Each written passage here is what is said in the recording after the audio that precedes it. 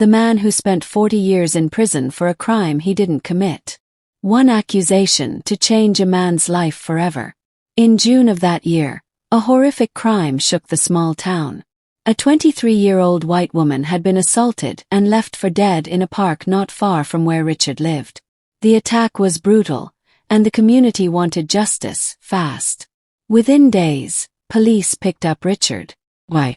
Because someone said he looked like the man who ran from the scene. No DNA.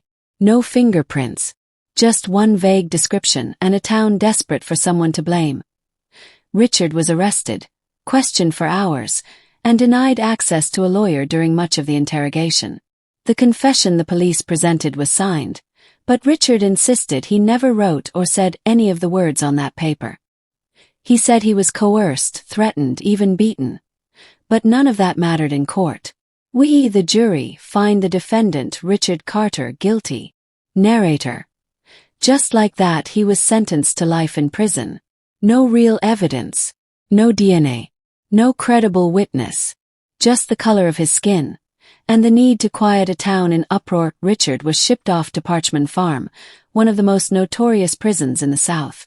At first, he thought it had to be a mistake, that someone would come forward, that the truth would rise. But days turned to months, and months to years.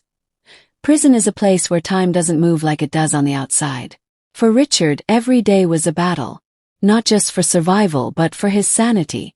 He read every book he could get his hands on. He studied law. He learned to meditate. And every year he filed an appeal. Over and over. And every year it was denied. He watched fellow inmates die. Some from violence, some from age. He saw young men come in broken and leave worse. And all the while he held on to one thing. He knew he was innocent. And that truth, that stubborn flame inside him, never went out. By the late 1990s, DNA testing was beginning to revolutionize the justice system. Innocent men were being exonerated, cases re-examined.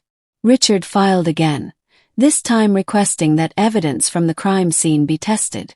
But there was a problem. The state claimed that the evidence had been lost. As in, they couldn't find the very items that could prove a man's innocence. But Richard didn't stop. He wrote letters, hundreds of them, to innocence projects, journalists, legal clinics, anyone who would listen. And then, in 2013, 38 years into his sentence, someone did. A young law student at the Mississippi Innocence Initiative found Richard's letter in a dusty box of unopened mail. Something about his case felt off. So she dug in. She read trial transcripts, police reports, and what she found was shocking. No physical evidence tied Richard to the crime.